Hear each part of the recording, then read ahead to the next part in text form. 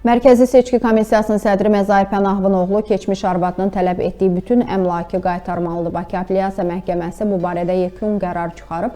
Bir neçə ay əvvəl Pənahova əri Məhəmməd Pənahov tərəfindən fiziki şiddətə məruz qalması barədə məlumatlar yaydı. Sonradan oğul Pənahov razı olmasa da məhkəmə cütlüyün boşanmasına qərar verdi. Amma həmin vaxt birgə nikah dövründə alınmış əmlak məsələsi həll edilməmiş şəkildə qalmışdı.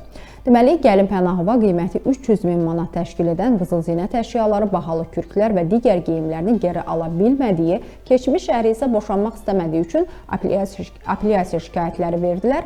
Bakı Apellyasiya Məhkəməsi əvvəlcə Məhəmməd Pənahovun boşanma qərarına qarşı şikayəti araşdırıb, lakin şikayət təmin edilməyib. Pənahovanın əmlak tələbi isə əsaslı hesab edilib. Nəticədə 300 min manatlıq əşyaların Məhəmməd Pənahovdan alınıb, keçmiş arvadına qaytarılması barədə yeni qətnamə çıxarılıb. Onu da qeyd eləyək ki, Pənahova Məhəmmədlə birlikdə ABŞ-nin Kaliforniya ştatında yaşayıb. Onun sözlərinə görə evlilik müddətində əri tərəfindən şiddətə məruz qalıb. İnsidentlərdən birində bətnindəki övladını itirib. 17 ay birgə yaşadıqdan sonra qaldıqları villadan qaçaraq xilas ola bilib.